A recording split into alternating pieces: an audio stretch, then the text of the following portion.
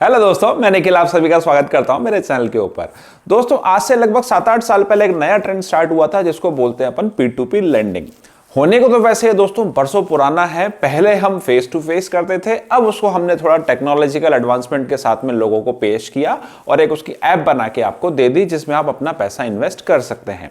वो पैसा जब जिसको रिक्वायरमेंट है वो उस कंपनी से पैसा ले सकता था, उसके अगेंस्ट में आपको इंटरेस्ट मिलता था और उस बंदे को कंपनी को इंटरेस्ट देना होता था। फॉर एग्जाम्पल, वो कंपनी को 20% इंटरेस्ट दे रहा है, उसमें से कंपनी अपना थोड़ा सा पार्ट रख के बाकी वो आपको ट्रांसफर कर देती थी।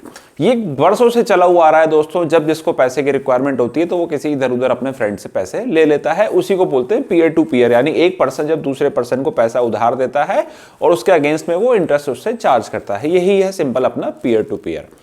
अब दोस्तों, आज उसको लगभग 7-8 साल बीतने के बाद इस इंडस्ट्री ने ग्रोथ तो काफी कर ली है। जो पहले साल इनका 4-5-7 करोड़ का टर्नओवर था, वो बढ़ते बढ़ते आज 8,000 करोड़ का टर्नओवर हो गया है। यानी 8,000 करोड़ रुपए जो हैं इस मार्केट में इन्वेस्टेड हैं और लोगों ने यहाँ पैसा डाल रखा है और वहां से वो अपना इंटरेस्ट कमा रहे हैं। लेकिन अभी जो दोस्तों एक न्यूज आई है, उस न्यूज में ये पता चला है कि इनका जो एनपीए है वो एनपीए लास्ट ईयर के कंपैरेटिवली लगभग 2.5 गुना हो गया है। लास्ट ईयर वो एनपीए था दोस्तों 470 करोड़ और इस साल वो बढ़ के हो गया है दोस्तों ऑलमोस्ट 1170 करोड़ के आसपास। यानी 2.5-3 गुना ये आपका एनपीए बढ़ गया है। मतलब जो पैसा आप लोग इन्वेस्ट कर रहे हैं उस पे आपकी जो रिस्क है वो अब सीधा 2.5 से 3 गुना हो गई है। इंटरेस्ट आपको सेम मिल रहा है, इंटरेस्ट यहां पे ज्यादा नहीं है, ये आपको ध्यान रखना। इवन कई केसेस में तो इंटरेस्ट अब कम हो गया है। मैं खुद दोस्तों P2P लेंडिंग करता था। जो पहले मेरे को इंटरेस्ट मिलता था वो आता था नेट मेरा 1% मंथली बेसिस पे, लेकिन अब वो मेरे को 1% भी नहीं मिल रहा है। प्लस जो मेरे पास पहले इजी विड्रॉल का ऑप्शन था कि मेरे को जब भी मेरे पैसे की रिक्वायरमेंट है मैं पूरा पैसा वहां से विड्रॉ कर सकता हूं, वो ऑप्शन भी अब आरबीआई के इंटरफेरेंस के कारण वहां से हट गया है। यानी अब मेरे को सिर्फ मंथली बेसिस पे पेमेंट मिलेगा, वो भी कब? जब बोरोवर पैसा रिटर्न करेगा। अगर बोरोवर पैसा रिटर्न करने में लेट हो जाता है तो मुझे भी मेरा रिटर्न लेट मिलेगा। पहले ऐसा नहीं था, पहले मेरा रिटर्न मुझे इवन डेली बेसिस पे भी मिलता था, जो इंटरेस्ट वहां पे कंपनी ने फिक्स किया हुआ था।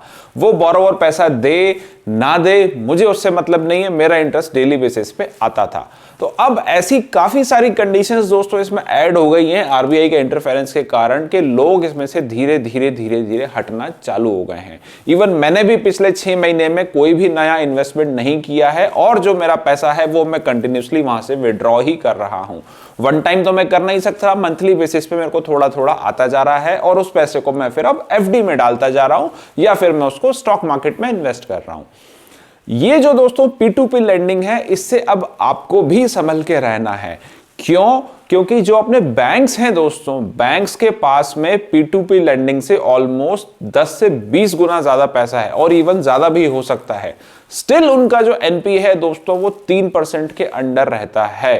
एनपीए यानी नॉन परफॉर्मिंग एसेट, ऐसा पैसा जो आपने उधार तो दे दिया, जो आपने बाजार में बांट तो दिया, लेकिन उसके रिकवरी के चांसेस अब बहुत कम है या एकदम ना के बराबर हैं। तो बैंक इतना ज्यादा पैसा होने के बावजूद भी अपना एनपीए 3% के अंडर रख रहे हैं।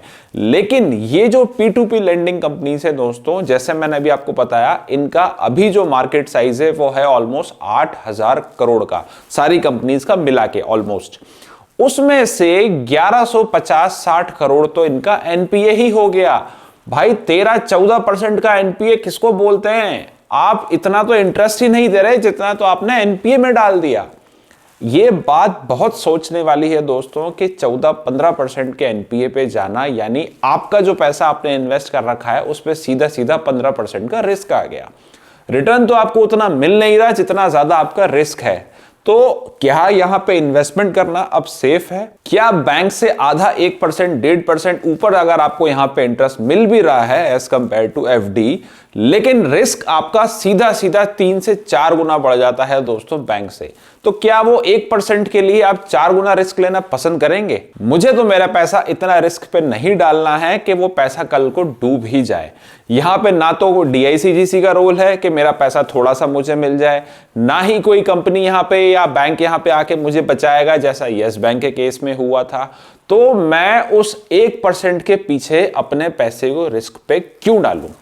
यही क्वेश्चन मैं आप लोगों से पूछना चाह रहा हूं। क्या आप लोग P2P इन्वेस्टमेंट अभी भी कर रहे हैं, मतलब अपना जो इन्वेस्टमेंट है उसको टॉप अप कर रहे हैं, या उसमें से सिर्फ अपना विड्रॉल अप करते जा रहे हैं? आपका जो भी आंसर है दोस्तों कमेंट में जरूर लिखिएगा, और मुझे आपकी राय भी जाननी है कि P2P इन्वेस्टमेंट अगर आपको लगता है सेफ है तो उसके पीछे का क्या कारण है। ये वीडियो दोस्तों अपने सभी दोस्तों के साथ में शेयर करना जो P2P लेंडिंग कर रहे हैं, ताकि उनका जो पैसा है वो भी सेफ रहे। क्या पता, हो सकता है कल को आने वाले टाइम में कोई कंपनी हाथ खड़े कर दे और वो भाग जाए, तो ऐसे केस में आपका पैसा फंसना नहीं चाहिए। इसलिए अभी से आप भी अपना विड्रॉल स्टार्ट कर दीजिए, और ऐसे बैंक्स में आप FD करिए जहां पे आपको रेट ऑफ इंटरेस्ट ज्यादा मिल रहा है। मैंने एक वीडियो दोस्तों पहले बनाया था, उसका लिंक मैंने यहाँ नीचे दिया हुआ है। उस वीडियो में मैंने ये बताया है कि ऐसे आज भी कई सारे बैंक्स हैं जो इन P2P लेंडिंग कंपनीज के बराबर आपको रेट ऑफ इंटरेस्ट दे रहे हैं विद DICGC बैक्ड। यानी अगर वो बैंक चले भी जाते हैं, स्टिल आपका जो पैसा है वो 5 लाख रुपए तक सेफ है। तो आप ऐसे बैंक में पैसा डालिए जहां आपको एटलीस्ट 5 लाख रुपए की गारंटी तो मिल रही है, रेदर देन ऐसी कंपनीज में जहां पे आपको ठन ठन गोपाल मिलेगा। अगर ये वीडियो आपको दोस्तों अच्छा लगा तो इसको जरूर शेयर करिए अपने सभी दोस्तों के साथ में। मैं निखिल मिलूंगा आपसे अगले वीडियो में, तब तक के लिए साइनिंग ऑफ।